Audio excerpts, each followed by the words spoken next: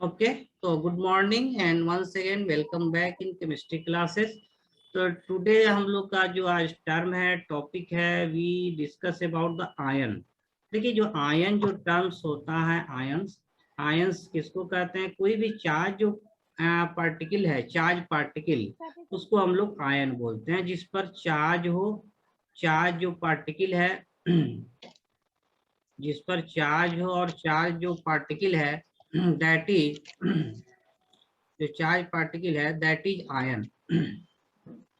Ions are charge particle, और charge particle दो तरह का होता है। एक पॉजिटिव चार्ज आयन होता है और एक चार्ज पार्टिकल कैसा होता है? निगेटिवली चार्ज पार्टिकल होता है।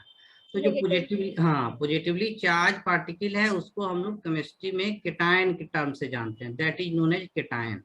और जो निगेटिवली चार्ज पार्टिकल है that is known as anion. तो ये ध्यान रखना है, इंपोर्टेंट टर्म है। दूसरा, जो केटायन और एनायन फॉर्म होता है केमिस्ट्री में, तो जनरली जो मेटल्स होते हैं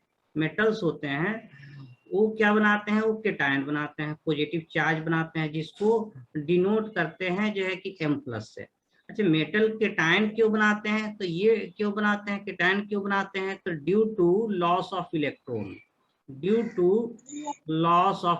इलेक्ट्रॉन डिक्रीज होगा, कम होगा, लॉस होगा, लॉस ऑफ इलेक्ट्रॉन, तो ये केटायन बनाते हैं। अब ये है कि जितना इलेक्ट्रॉन, अगर 1 इलेक्ट्रॉन लॉस होगा, 1 इलेक्ट्रॉन का लॉस होगा तो उस पर एक पॉजिटिव चार्ज होगा। अगर 2 इलेक्ट्रॉन का लॉस होगा, तो उस पर 2 पॉजिटिव चार्ज शो करेंगे। अगर 3 इलेक्ट्रॉन का लॉस हो रहा है, तो उस पर कितना पॉजिटिव चार्ज होगा? 3 होगा। तो पॉजिटिव चार्ज का मतलब लॉस ऑफ इलेक्ट्रॉन होगा, और जितना इलेक्ट्रॉन डिक्रीज करेगा, जितना इलेक्ट्रॉन लॉस होगा, उतना उस पर पॉजिटिव चार्ज होगा। 1 इलेक्ट्रॉन लॉस हुआ तो +1, 2 इलेक्ट्रॉन लॉस होगा तो +2, 3 इलेक्ट्रॉन लॉस होगा तो +3। ठीक है, तो ये मेटल का जनरली टेंडेंसी होता है और इलेक्ट्रॉन डिक्रीज करता है। जो नॉन मेटल होते हैं वो जनरली इलेक्ट्रॉन गेन करने का टेंडेंसी रखते हैं, और नॉन मेटल जनरली एनायन बनाते हैं, जिसको हम लोग सिंबल से जनरली X- से शो कर सकते हैं। और एनायन क्यों बनता है? तो ये गेन ऑफ इलेक्ट्रॉन के वजह से होता है, गेन ऑफ इलेक्ट्रॉन। अब गेन ऑफ इलेक्ट्रॉन, अगर 1 इलेक्ट्रॉन गेन करेगा तो एक निगेटिव चार्ज आएगा। अगर 2 इलेक्ट्रॉन का गेन हो रहा है तो 2 निगेटिव चार्ज आ जाएगा। अगर 3 इलेक्ट्रॉन का गेन हो रहा है तो 3 निगेटिव चार्ज आ जाएगा। अच्छा, कोई एलिमेंटल या नॉन मेटल कितना इलेक्ट्रॉन गेन करेगा, कितना इलेक्ट्रॉन लॉस करेगा, ये सब अगले लेक्चर में हम लोग पढ़ेंगे। Valence electron, oxidation state, charge. हाँ, जैसे फॉर एग्जांपल सोडियम पर एक चार्ज होता है, तो ये हम लोग को याद भी करना है और समझना भी है कि सोडियम पर 1 ही क्यों होता है, 2 क्यों नहीं होता है। तो ये सब नेक्स्ट लेक्चर में जो है कि हम लोग इस तरह का डिस्कस करेंगे। टॉपिक होगा चार्ज, ऑक्सीडेशन स्टेट, वैलेंसी, ये सब डिस्कस करेंगे। सोडियम हो गया, लिथियम हो गया, तो 1 चार्ज होता है। वैसे ही मैग्नीशियम जो है, इस पर +2 चार्ज होता है, एल्युमिनियम पर +3 चार्ज होता है, फ्लोरीन पर जो है कि -1 चार्ज होता है, ऑक्सीजन पर -2 चार्ज होता है, नाइट्रोजन पर -3 होता है। तो ये -1 +1 क्यों होता है, कैसे होता है, ये सब आगे हम लोग को डिस्कस करना है। यहाँ पर बस हम लोग ये बात कर रहे हैं कि आयन चार्ज पार्टिकल होता है, और दो तरह का आयन होगा, positive negative, cation and anion. और मेटल जनरली केटायन फॉर्म करते हैं इलेक्ट्रॉन के लॉस होने से, और नॉन मेटल एनायन फॉर्म करते हैं इलेक्ट्रॉन के गेन करने से। यानी कि जो आयंस हैं उसमें केवल नंबर ऑफ इलेक्ट्रॉन चेंज होता है, प्रोटॉन और न्यूट्रॉन चेंज नहीं होता है।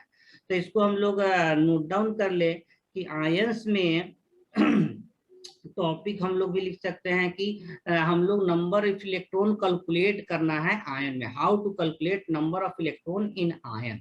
तो नेक्स्ट पेज पर मूव कर रहे हैं। यहाँ तक कोई डाउट, एनीथिंग टू आस्क, कुछ पूछना है? आगे मूव करें? No sir. ठीक है, नो सर। चलिए, ओके, वेरी गुड। देखिए, हम ये कह रहे हैं। हाँ, बोलिए।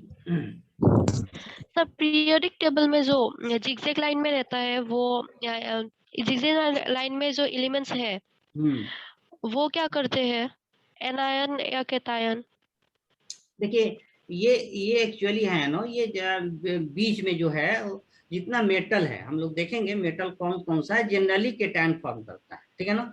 और जितना जो नॉन मेटल है, नहीं फ्लोरीन क्लोरीन ब्रोमीन आयोडीन, वो जनरली जो है, जनरली नॉट ऑलवेज, ये मतलब कि जनरली का, जैसे आयोडीन की बात करेंगे तो आयोडीन जो है न्यूट्रल भी होता है, आयोडीन जो है केटायन भी फॉर्म करता है, आयोडीन एनायन भी फॉर्म करता है। क्लोरीन जो है ये प्लस भी होता है माइनस भी होता है, लेकिन जनरल क्या है, मैक्सिमम केस में क्या होता है, मेटल केटायन देता है, नॉन मेटल एनायन देता है। क्लियर है ना।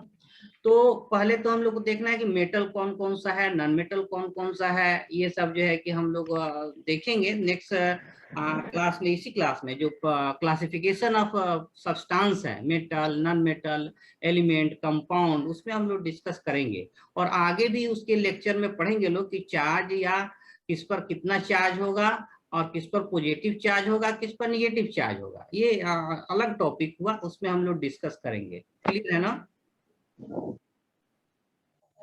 ठीक है। सर मेटलॉइड्स क्या फॉर्म करते हैं? मेटल, हाँ मेटल बोले, मेटल मेटलॉइड्स। मेटल वाइड, देखिए मेटल वाइड जो है वो मेटल और नॉन मेटल दोनों का प्रॉपर्टी शो करता है ना। तो मेटल नॉन मेटल दोनों का प्रॉपर्टी शो करेगा, तो दोनों टेंडेंसी हो सकता है, लॉस भी कर सकता है, गेन भी कर सकता है। देखिए वो एक अलग टॉपिक हुआ कि कोई इलेक्ट्रॉन गेन करेगा कि लॉस करेगा, नहीं ऑक्सीडेशन स्टेट क्या होता है, वैलेंसी क्या होता है, ठीक है ना, चार्ज कितना होगा, कोई लॉस करेगा कि गेन करेगा, ऑक्टेट रूल क्या है, केमिकल बॉन्डिंग कैसे कंपाउंड फॉर्म होता है। तो ये टोटली अलग चैप्टर भी हो गया, अलग टॉपिक भी हो गया। तो ये बहुत सारा इसमें जो है कि आपका डाउट हो सकता है। तो दोनों हो सकता है, उसमें टेंडे ले भी सकता है इलेक्ट्रॉन, गेन भी, लॉस भी कर सकता है, केटायन भी बनाता है, एनायन भी बनाता है। तो उसका टोटली डिफरेंट एक्सप्लेनेशन है। तो हम लोग यहाँ वो तो चैप्टर वाइज एक्सप्लेनेशन या उसके बारे में हम लोग तो पढ़ लेंगे, लेकिन यहाँ सिर्फ हम लोग फिजिकल उसका क्लासिफिकेशन जो चार्ज के हिसाब से होता है, 1 क्यों होता है, 2 क्यों होता है, सब चीज डिस्कस करना है। लेकिन यहाँ ये चीज हम लोग कुछ नहीं कर रहे हैं डिस्कस, क्योंकि ये अलग चैप्टर टॉपिक होता है, ठीक है ना। Okay sir. तो एनायन केटायन, अब हम लोग को यहाँ क्या करना है कि इलेक्ट्रॉन कैलकुलेट करना है। नेक्स्ट टॉपिक हम लोग क्या है, नंबर ऑफ इलेक्ट्रॉन कैलकुलेशन करना है, फाइंड करना है, कैलकुलेशन करना है, calculation of number of electron, number of electron in A given atom और आयन, इन एटम और आयन में कितना इलेक्ट्रॉन है, ये हम लोग को कैलकुलेट करना है। तो देखिए जो आयंस होता है ना, उसमें केवल इलेक्ट्रॉन का संख्या चेंज होता है, नहीं इन आयंस, आयंस जो बनते हैं केटायन है या एनायन, आयंस क्या है, तो इसमें हम लोग केटायन भी ले सकते हैं या एनायन भी ले सकते हैं। एनायन ओनली जो होता है नंबर ऑफ इलेक्ट्रॉन चेंज होता है, नंबर ऑफ इलेक्ट्रॉन जो होता है चेंज होता है, नंबर ऑफ इलेक्ट्रॉन जो है कि चेंजेज, इलेक्ट्रॉन चेंज होता है, नॉट प्रोटॉन और neutron, not proton and neutron जो है आपका चेंज नहीं होता है। अब एग्जांपल हम लोग देख सकते हैं और कैलकुलेट भी करेंगे। फॉर एग्जांपल ले लीजिए सोडियम, तो सोडियम के एटॉमिक नंबर भी जानते हैं, 23 मास होता है और 11 नंबर होता है। तो इसमें 11 इलेक्ट्रॉन हो गया और 11 प्रोटॉन भी होगा, न्यूट्रल एटम है, जितना इलेक्ट्रॉन होता है उतना प्रोटॉन होता है, और न्यूट्रॉन कितना हो जाएगा, 12 न्यूट्रॉन होगा, क्योंकि 23 माइनस 11।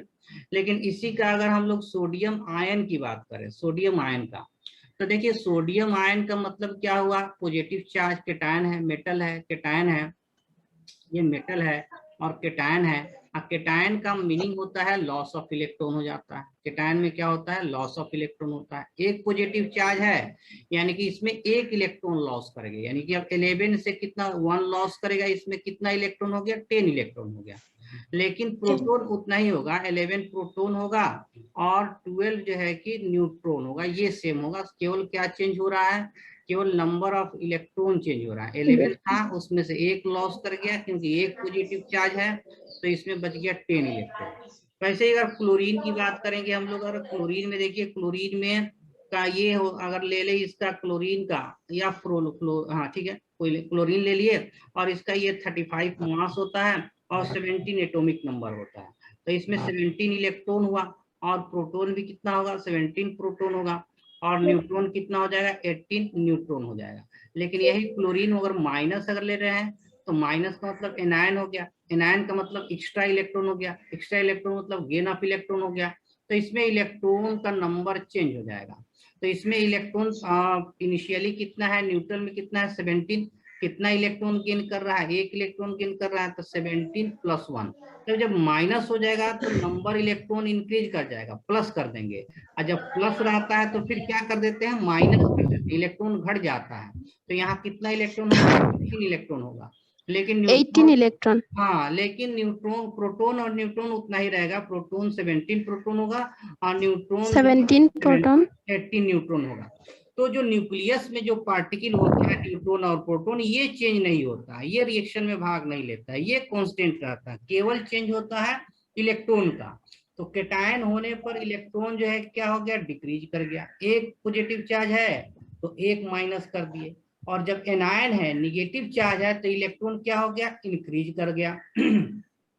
एक निगेटिव चार्ज है, एक निगेटिव चार्ज है, एक इलेक्ट्रॉन जो है, एक निगेटिव चार्ज है, एक इलेक्ट्रॉन इंक्रीज कर गया। तो इस तरह से हम लोग नंबर ऑफ आयन कैलकुलेट कर सकते हैं। ठीक है, अब क्वेश्चन के रूप में एग्जांपल देखते हैं, क्वेश्चन के रूप में एक एग्जांपल देखते हैं। नेक्स्ट पेज मूव कर रहे हैं, यहाँ तक क्लियर है? Okay, yes sir. जी सर। अब क्वेश्चन हम लोग कर ले रहे हैं कि calculate the number of electron calculate करना है, ठीक है ना। और आयन जो है कि अगर ले ले हम लोग, आयन ले ले कि नाइट्रोजन है -3, ऑक्सीजन जो है कि -2, क्लोरीन -1, नियोन या सोडियम +1, मैग्नीशियम जो है कि +2, एल्युमिनियम पर +3। इसमें इलेक्ट्रॉन कैलकुलेट करना है। तो इसके लिए सबसे पहले एटॉमिक नंबर आपका पता होना चाहिए न्यूट्रल एलिमेंट का, कि एटॉमिक नंबर नाइट्रोजन का 7 होता है, ऑक्सीजन का 8 होता है, क्लोरीन का 9 होता है, नियोन का 10 होता है। इसका एटॉमिक नंबर 11 और 12 और 13। अब फिर इलेक्ट्रॉन हम लोग को कैलकुलेट करना है। तो अब इलेक्ट्रॉन कैलकुलेट करना है तो इसमें ये देखना है कि नाइट्रोजन में न्यूट्रल जब नाइट्रोजन होता है जिसका एटॉमिक नंबर 7 होता है तो 7 इलेक्ट्रॉन है, लेकिन इसमें 3 निगेटिव चार्ज है तो 3 गेन हो गया। तो यहाँ क्या हो जाएगा, 7 + 3, इसमें कितना हो गया, 10 इलेक्ट्रॉन हो गया।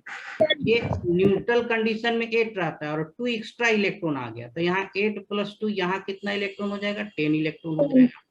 यहाँ 9 + 1, यहाँ कितना इलेक्ट्रॉन हो जाएगा, 10 इलेक्ट्रॉन हो जाएगा। यहाँ ऑलरेडी न्यूट्रल है, 10 इलेक्ट्रॉन हो गया। यहाँ 11 - 1, यहाँ भी कितना हो गया, 10 इलेक्ट्रॉन हो गया।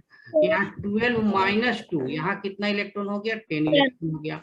यहाँ 13 - 3, यहाँ कितना इलेक्ट्रॉन हो गया, 10 इलेक्ट्रॉन हो गया।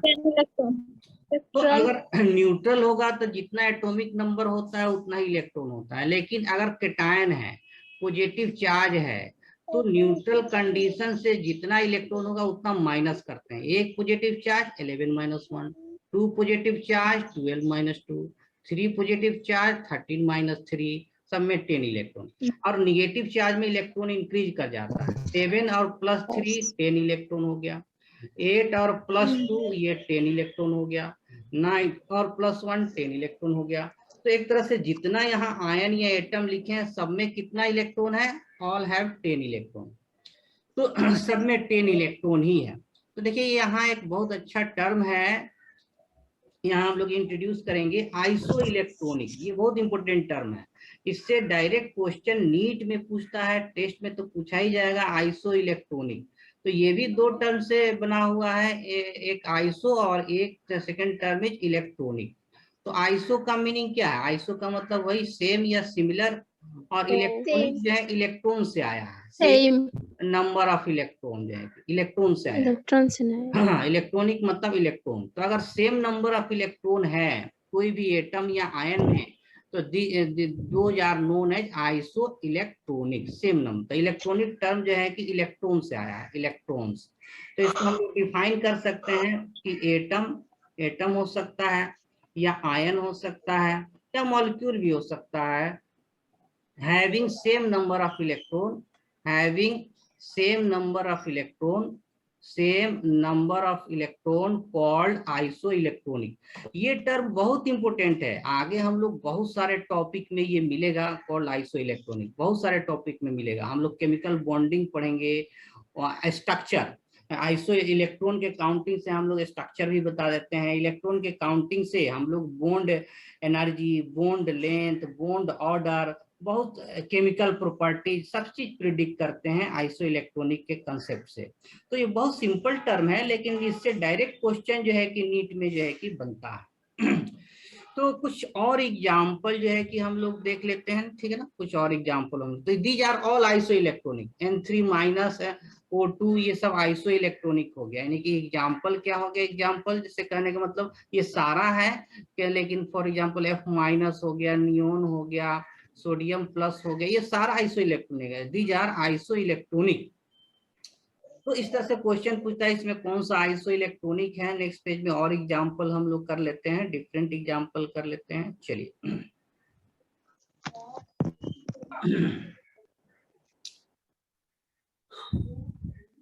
ठीक है, तो उस तरह का बहुत सारा एग्जांपल और भी हो सकता है। फॉर एग्जांपल देखिए जो N2 जो है कि N2 में N2 हो गया एंड N2 हो गया,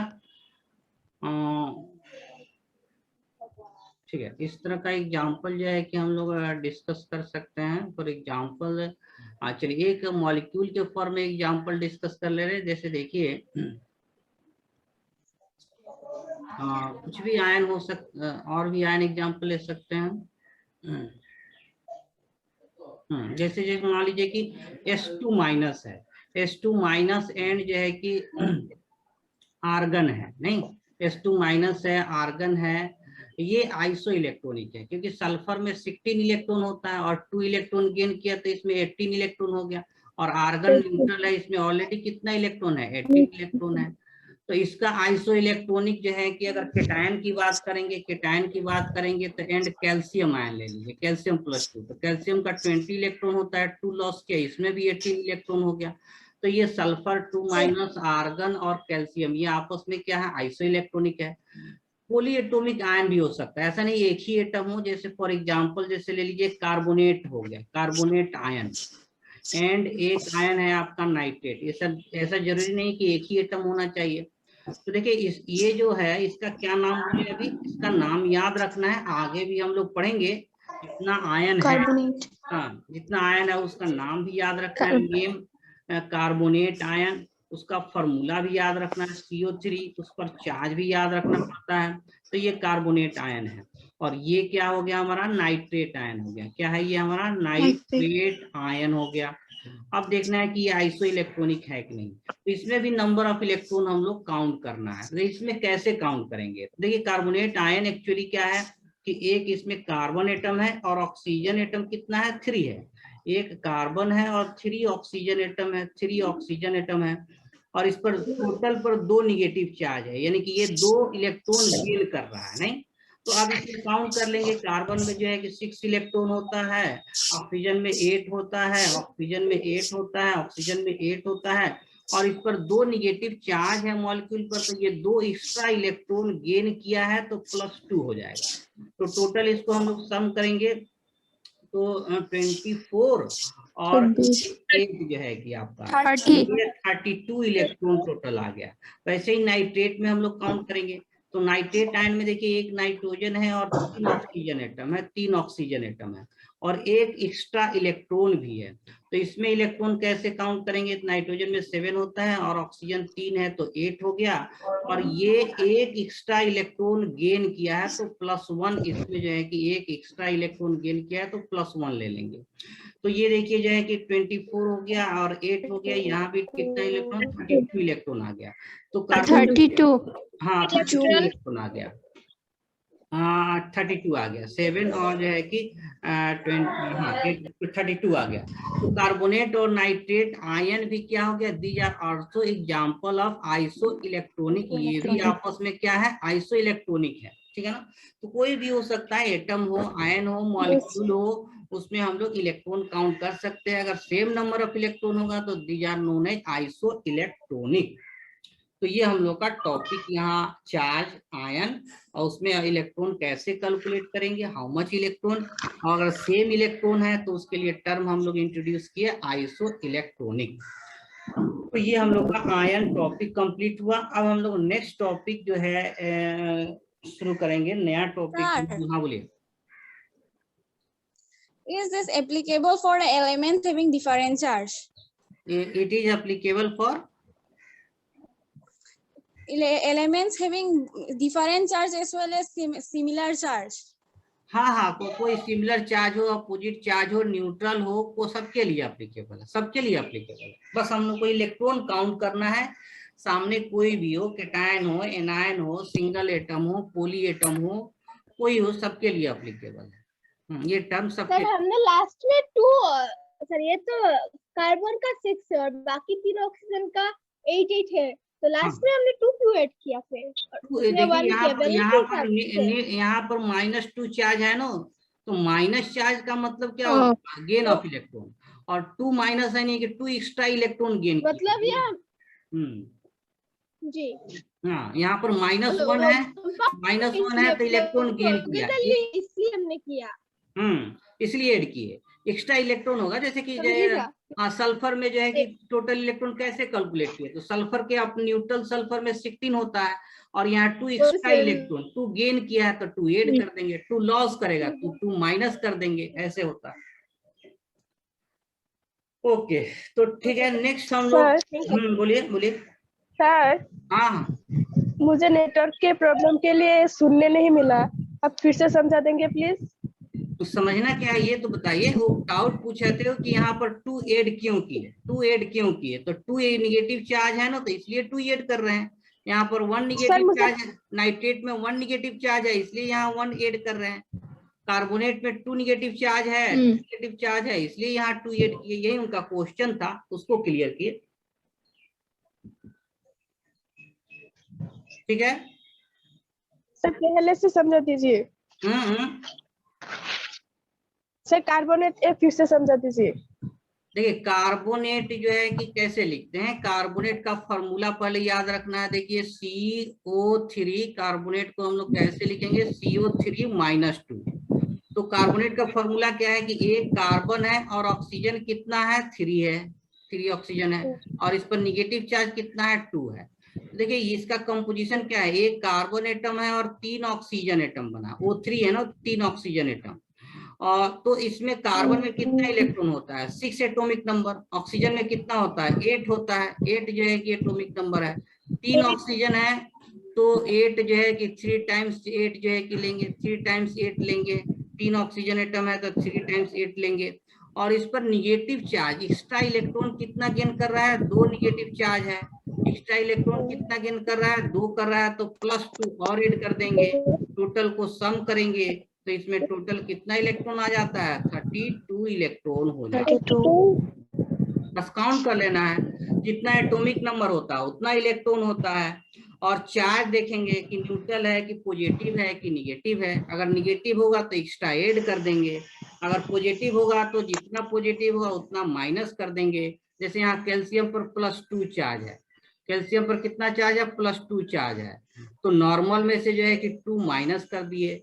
सल्फर के कितना है, -2 चार्ज है, 2 एक्स्ट्रा इलेक्ट्रॉन गेन किया है तो सल्फर में +2 ऐड कर दिए। यहाँ कैल्शियम के इलेक्ट्रॉन में 2 माइनस कर दिए। तो प्लस और माइनस में जो है कि ध्यान रखना है कि प्लस होगा तो माइनस कर देते हैं, माइनस होता है तो इलेक्ट्रॉन को प्लस कर देते हैं। सर इलेक्ट्रॉन का हमेशा नेगेटिव चार्ज होता है ना? हाँ इलेक्ट्रॉन पर ऑलवेज निगेटिव चार्ज होता है, निगेटिव चार्ज होता है, ऑलवेज निगेटिव। सर बोलिए। आपने आयंस और एटम्स आपस में आइसोइलेक्ट्रॉनिक वाले एग्जांपल्स दिए ना? हाँ तो मॉलिक्यूल कुछ आपस में आइसोइलेक्ट्रॉनिक होने वाले कौन से होते होंगे? मॉलिक्यूल भी हो सकते हैं आपस में, आइसो इलेक्ट्रॉनिक मॉलिक्यूल भी हो सकते हैं। फॉर एग्जांपल जो है कि अगर मॉलिक्यूल को आइसो इलेक्ट्रॉनिक हम लोग देखेंगे तो देखिए एक CO है, कार्बन मोनोऑक्साइड, तो इसमें कितना इलेक्ट्रॉन है, तो 6 और +8 कितना हो गया, 14 इलेक्ट्रॉन हो गया। एक ले लीजिए N2 मॉलिक्यूल ले लीजिए, इसमें कितना इलेक्ट्रॉन है, 2 नाइट्रोजन है, इसमें भी 14 इलेक्ट्रॉन है। तो ये मॉलिक्यूल है और ये आपस में क्या हो गया, ये भी आपस में आइसो इलेक्ट्रॉनिक हो गया। बस इलेक्ट्रॉन काउंट कर लेना है, एटम हो, मॉलिक्यूल हो, आयन हो, these are isoelectronic, same number of electron. Sir Okay, इनमें sir. चार्ज नहीं होते हैं सर, न्यूट्रल है। कार्बन देखिए चार्ज हो भी सकता है, नहीं भी हो सकता है। जैसे कि मान लीजिए फ्लोरीन है, ये न्यूट्रल हो गया, फ्लोरीन माइनस ले लीजिए, चार्ज हो गया। सोडियम न्यूट्रल है, सोडियम प्लस ले लेंगे, चार्ज हो जाएगा। CO न्यूट्रल है, CO प्लस ले लेंगे, चार्ज हो गया। तो अपने पर है। नाइट्रोजन N2 न्यूट्रल भी हो सकता है, इस पर प्लस चार्ज भी हो सकता है, इस पर माइनस चार्ज भी हो सकता है, तीनों पाया जाता है। तो जो कंसीडर कीजिए, तो हम लोग तो यहाँ आइसो इलेक्ट्रॉनिक का एग्जांपल CO का आइसो इलेक्ट्रॉनिक किए तो N2 ही होगा, N2 प्लस नहीं होगा, N2 माइनस नहीं होगा, है ना। Yes sir. ठीक Yes, sir. ठीक ठीक। ओके, तो अब हम लोग मूव करेंगे नेक्स्ट पेज पर, और वी हैव 20-25 मिनट, नहीं 40 मिनट पर टाइम आउट भी होगा, फिर से रिज्वाइन भी कर लेना है। चलिए ओके, अब हम लोग बात करेंगे मैटर और सब्सटेंस के बारे में, ठीक है ना, मैटर और सब्सटेंस। तो नेक्स्ट टॉपिक है जो है कि मैटर या फिर सब्सटेंस, जो है कि मैटर सब्सटेंस किसको कहते हैं, व्हाट इज द एग्जांपल, और इसका क्लासिफिकेशन भी हम लोग बात करेंगे, मैटर या सब्सटेंस, ठीक है ना। तो देखिए मैटर किसको कहते हैं, सब्सटेंस किसको कहते हैं, तो any object that have mass and occupy space, very good, नहीं ऑब्जेक्ट that have mass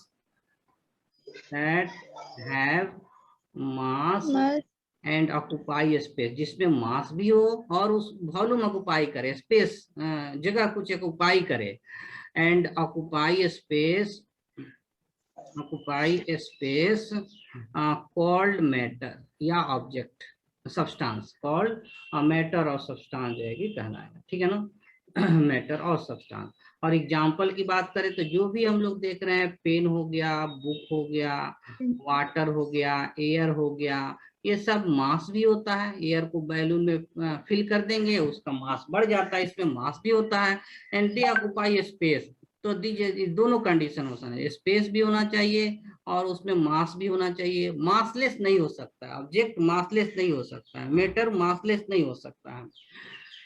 लेकिन कुछ जैसे कहने का मतलब, अगर क्वेश्चन एग्जांपल अक्सर पूछा जाता है कि लाइट मैटर है कि नहीं, नहीं आपका हीट या टेम्परेचर मैटर है कि नहीं, तो देखिए लाइट जो है स्पेस को ऑक्युपाई नहीं करता है, नहीं, वो स्पेस को, एक ही स्पेस में बहुत सारे लाइट एग्जिस्ट कर सकते हैं, तो उसका कोई डिफिनिट स्पेस नहीं होता है। टेम्परेचर को हम लोग फील कर सकते हैं, उसका मास नहीं होता है, टेम्परेचर का स्पेस नहीं होता है। तो इसमें जो है कि एग्जाम्पल ये भी देखना है, लाइट या टेम्परेचर या जो हीट है are not example of matter, are not example of matter, ये मैटर के एग्जाम्पल नहीं है। अब देखिए नेक्स्ट हम लोग बात करेंगे क्लासिफिकेशन ऑफ मैटर, ठीक है ना। क्लासिफिकेशन ऑफ मैटर की हम लोग बात करते हैं।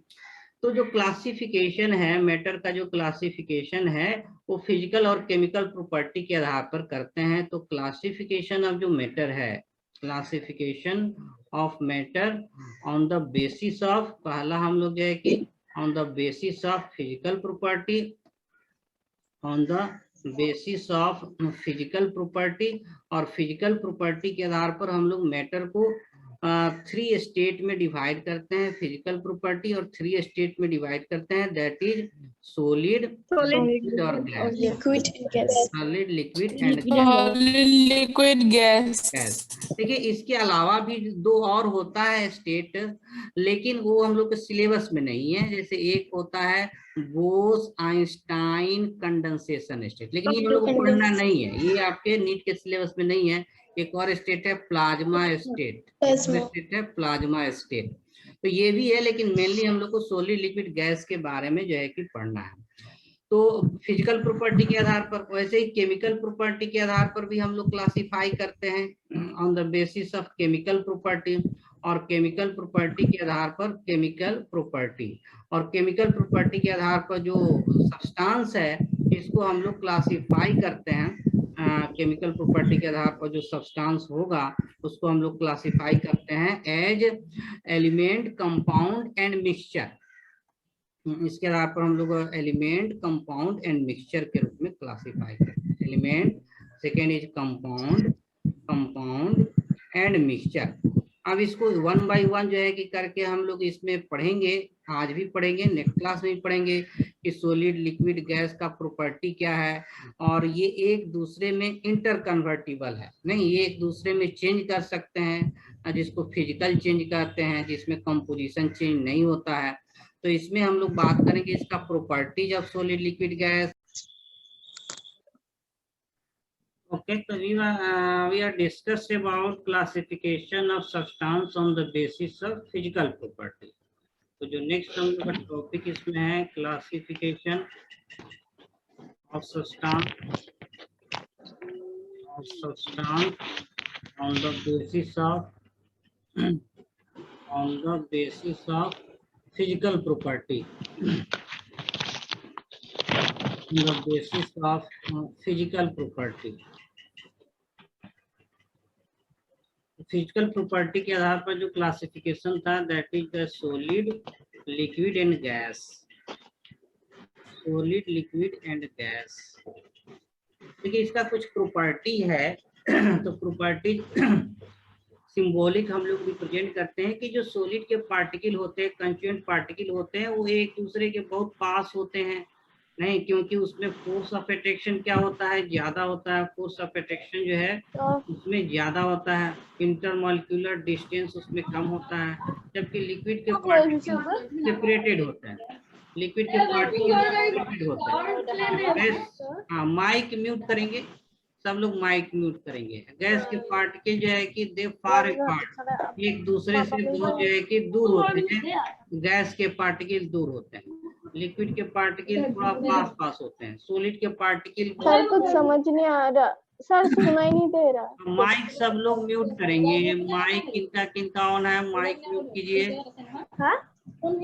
नासरीन सुल्ताना, नासरीन, नजीमा, माइक म्यूट कीजिए। Nasreen, Najima, mute your mic, mute your mic. Nasreen,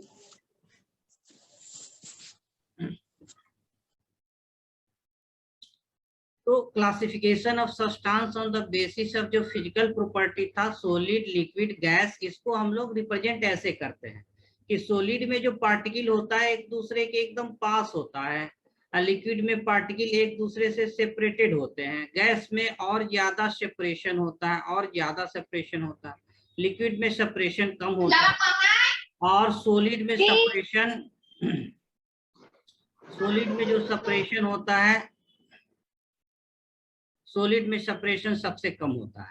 तो इसके लिए यहाँ दो टर्म हम लोग डिफाइन करते हैं। एक डिफाइन करते हैं इंटरमॉलिक्यूलर फोर्स, ठीक है ना, एक डिफाइन करते हैं इंटरमॉलिक्यूलर डिस्टेंस। देखिए फोर्स जो है इंटरमॉलिक्यूलर फोर्स, इसको क्या बोलेंगे, इंटरमॉलिक्यूलर फोर्स बोलते हैं, इंटरमॉलिक्यूलर फोर्स। और ये इंटरमॉलिक्यूलर डिस्टेंस इसको बोलते हैं हम लोग। तो देखिए सॉलिड में जो होता है, सॉलिड, लिक्विड, गैस में अगर हम लोग डिफरेंस करें तो देखिए सॉलिड में जो इंटरमॉलिक्यूलर फोर्स होता है, इंटरमॉलिक्यूलर फोर्स ये वेरी हाई होता है। सॉलिड में क्या होता है, सॉलिड में जो इंटरमॉलिक्यूलर फोर्स होता है, पहला प्रॉपर्टी इंटरमॉलिक्यूलर फोर्स, ये सॉलिड के कंडीशन में जो है कि वेरी हाई होता है, नहीं बहुत ज्यादा होता है, इसलिए मॉलिक्यूल एक दूसरे के पास होते हैं। और इसमें इंटरमॉलिक्यूलर फोर्स ऑफ अट्रैक्शन जो है कि बहुत लो होता है, और इसमें मीडियम रेंज का होता है, इसमें जो है कि मीडियम रेंज का होता है। तो इंटरमॉलिक्यूलर फोर्स सबसे ज्यादा जो है सॉलिड में होता है, सबसे कम जो है कि लिक्विड में होता है। सेकेंड जो प्रॉपर्टी इसमें हम बात करेंगे कि चूंकि फोर्स ऑफ अट्रैक्शन इसमें ज्यादा होता है, तो इंटरमॉलिक्यूलर जो डिस्टेंस होगा ये वेरी लो होगा। फोर्स ज्यादा है तो इंटरमॉलिक्यूलर डिस्टेंस क्या होगा, वेरी लो हो गया। और इसमें जो है इंटरमॉलिक्यूलर डिस्टेंस गैस में क्या होता है, ये लार्ज होता है। और फिर लिक्विड स्टेट में ये जो है कि मीडियम रेंज का होगा, ये मीडियम रेंज का होगा। वैसे ही अगर हम लोग वॉल्यूम की बात करें, वॉल्यूम जो है कि वॉल्यूम क्या जो है कि डिफरेंस होता है, वॉल्यूम के टर्म में क्या डिफरेंस होता है, तो वॉल्यूम इसका डिफिनिट होता है, नहीं वॉल्यूम क्या होगा, इसका डिफिनिट होगा। लेकिन लिक्विड जो है जिस तरह का कंटेनर होगा, इनडिफिनिट वॉल्यूम होता है, इनडिफिनिट होता है। इसका भी वॉल्यूम क्या होता है, इनडिफिनिट होता है। जिस टाइप का कंटेनर होगा वैसे ही इसका वॉल्यूम हो जाएगा। एक टर्म आता है कंप्रेसिबिलिटी फैक्टर। क्या आता है, कंप्रेसिबिलिटी फैक्टर। ये आपका टर्म क्या है, कंप्रेस, कितना आसानी से कंप्रेस कर सकते हैं, कंप्रेसिबिलिटी फैक्टर। जो कंप्रेसिबिलिटी फैक्टर है इसको CF से डिनोट कर ले। जो कंप्रेसिबिलिटी फैक्टर है यानी कि हाउ इजीली कंप्रेस, तो जो कंप्रेसिबिलिटी फैक्टर है सॉलिड में नहीं होता है, नेग्लिजिबल होता है, नहीं होता है। सॉलिड को कंप्रेस नहीं कर सकते हैं, डिफिनिट शेप होता है, नेग्लिजिबल होता है। जबकि सबसे ज्यादा गैस जो होता है इसमें कंप्रेसिबिलिटी सबसे ज्यादा होता है, इसमें वेरी हाई। गैस को हम लोग कंप्रेस कर सकते हैं, गैस को हम लोग कंप्रेस कर सकते हैं, इसमें कंप्रेसिबिलिटी फैक्टर बहुत ज्यादा होता है। और लिक्विड को जो है कि वो लिक्विड में भी कंप्रेसिबिलिटी नहीं होता है, नेग्लिजिबल होता है, वेरी लो होता है, नेग्लिजिबल। इसमें भी नेग्लिजिबल या वेरी लो कह सकते सर CF का मीनिंग क्या है? हाँ, देखिए CF का मीनिंग है कंप्रेसिबिलिटी फैक्टर। जैसे कि मान लीजिए एक गैस, एक बैलून है जिसमें गैस जो है कि आपका भरा हुआ है, तो इसको हम लोग कंप्रेस कर सकते हैं, इसको कंप्रेस करके जो है कि हम लोग कंप्रेस कर सकते हैं और इतने में इसको, तो गैस को वेरी हाई प्रेशर पर कंप्रेस किया जा सकता है, इसी को कहते हैं कंप्रेशन या कंप्रेसिबिलिटी फैक्टर। तो सिर्फ गैस, हाँ सर सॉलिड, सर स्पॉन्ज तो सॉलिड होते हैं लेकिन सर वो कॉम्प्रेस क्यों होते हैं? कौन सॉलिड, सर स्पॉन्ज। हाँ सर। देखिए जो स्पॉन्ज, सही बात है, आपका जो स्पॉन्ज है ना वो भी आपका सॉलिड है सॉलिड है, लेकिन वो क्या है आपका कंप्रेसिबल है।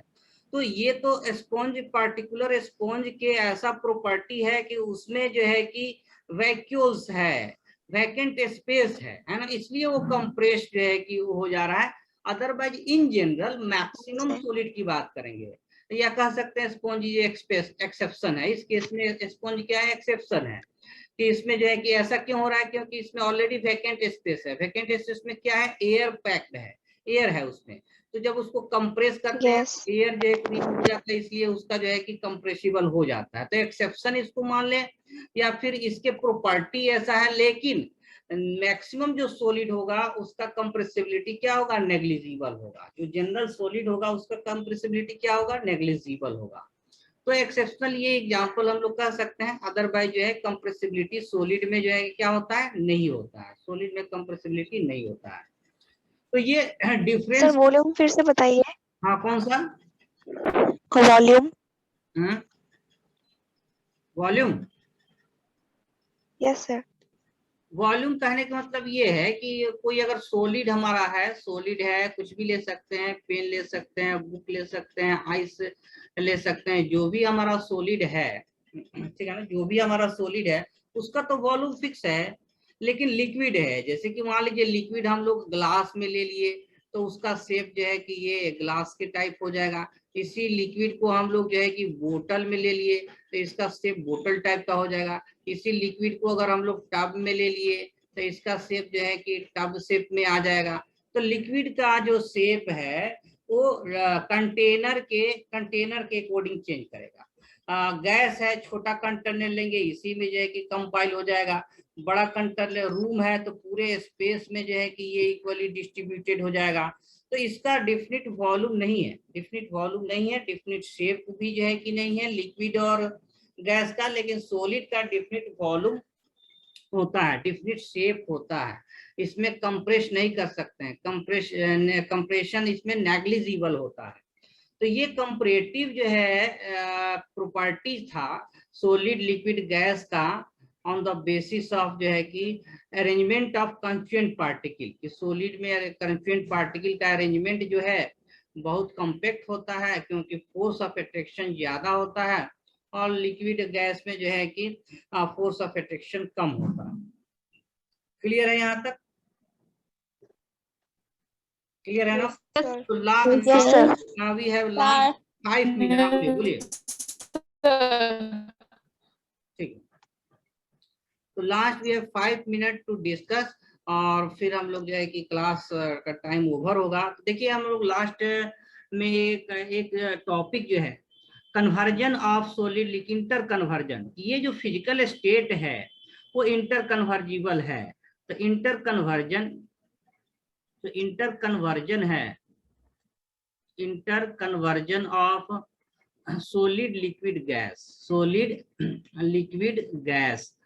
याद कहेंगे फिजिकल स्टेट जो है, फिजिकल स्टेट ये इंटर कन्वर्टिबल होता है, इंटर कन्वर्जन इसमें पॉसिबल है। यानी कि ये कैसा प्रोसेस होता है, ये फिजिकल प्रोसेस होता है। फिजिकल प्रोसेस किसको कहते हैं, जो रिवर्सिबल होता है, फिजिकल प्रोसेस किसको कहते हैं, जिसमें कंपोजिशन चेंज नहीं होता है, कंपाउंड का कंपोजिशन चेंज नहीं होता है, केमिकल प्रॉपर्टी चेंज नहीं होता है, composition do not change, composition जो है कंपोजिशन डू नॉट चेंज। अगर वाटर है H2O है तो H2O के रूप में रहेगा, डू नॉट चेंज। हाँ बोलिए। इंटर कन्वर्शन मीन्स इंटर का एक से फॉर्म से दूसरे फॉर्म में चेंज होना, इंटर कन्वर्जन यानी सॉलिड से लिक्विड, लिक्विड से गैस, गैस से ऐसे चेंज होना। और ये फिजिकल ये कैसे पॉसिबल है, इंटर कन्वर्जन के लिए फैक्टर क्या है, इंटर कन्वर्जन एक दूसरे फॉर्म में चेंज होना। इंटर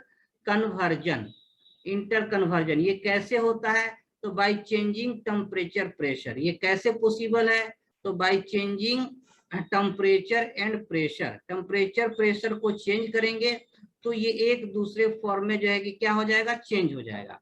फॉर एग्जांपल देखिए आपका जो सॉलिड है, जैसे आइस होता है, उसको हम लोग लिक्विड में वाटर के फॉर्म में चेंज कर सकते हैं। आइस फॉर एग्जांपल, आइस जो हो गया ये लिक्विड जो है वाटर के फॉर्म में चेंज हो सकता है। वाटर को फिर हम लोग वेपर या गैस के फॉर्म में जो है कि चेंज कर सकते हैं, वेपर या गैस के फॉर्म में चेंज कर सकते हैं। तो ये इंटर कन्वर्टिबल होता है और ये एक फिक्स टेम्परेचर प्रेशर पर जो है कि होता है। टेम्परेचर प्रेशर चेंज करके एक दूसरे में इंटर कन्वर्जन का मतलब यही हुआ, solid to liquid, liquid to gas. अब देखिए इसके प्रोसेस को, जैसे सॉलिड से लिक्विड में चेंज करना है, इस प्रोसेस को हम लोग क्या बोलते हैं, मेल्टिंग कहते हैं। मेल्टिंग है। लिक्विड से जो है कि वेपर में चेंज करना है, इसको कहते हैं वेपोराइजेशन, वेपोराइजेशन प्रोसेस हम लोग बोलेंगे।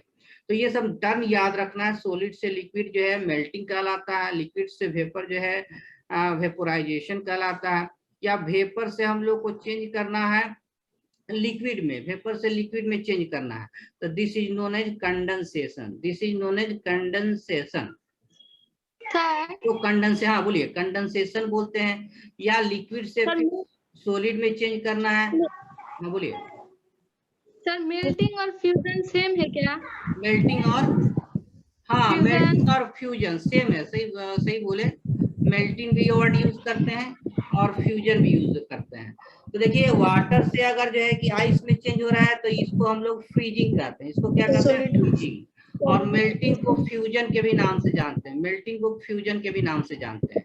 या फिर डायरेक्ट सॉलिड से अगर गैस में चेंज करना है, वेपर में चेंज करना है, या हाँ या वेपर सॉलिड में, किसको, फ्रीजिंग को, हाँ फ्रीजिंग को, हाँ फ्रीजिंग को, सही बात है, फ्रीजिंग को हम लोग सॉलिडिफिकेशन भी कर सकते हैं। लिक्विड से सॉलिड बना, this is also known as solidification भी इसको बोल सकते हैं।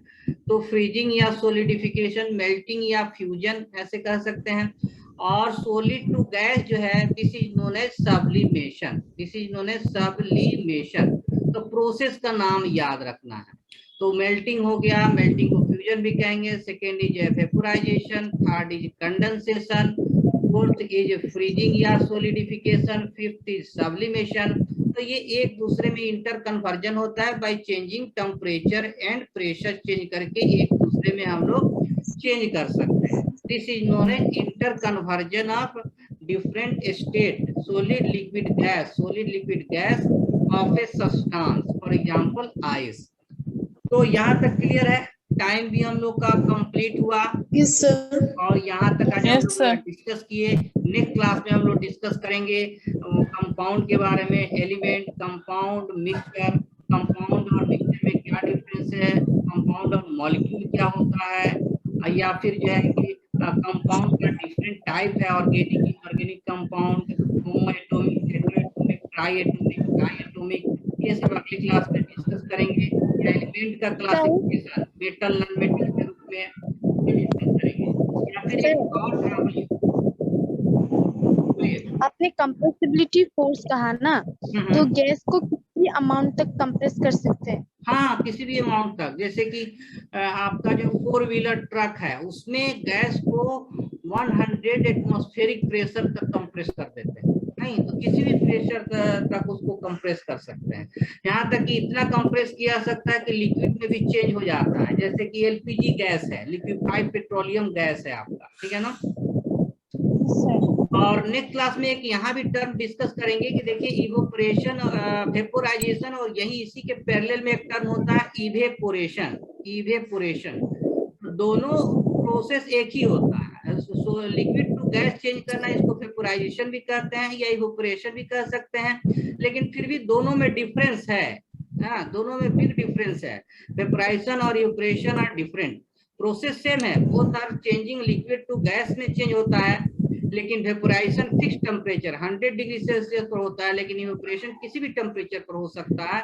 तो इसको हम लोग नेक्स्ट क्लास में फिर सेपरेटली जो है कि अलग से इसको नोट डाउन कर लेंगे, इसके बारे में भी डिस्कस कर लेंगे। ओके, आज का टाइम कंप्लीट हुआ। Thank you sir. Thank you sir. Thank you sir. Class में हम थैंक यू सर। लोग bye sir. Thank you sir. Welcome.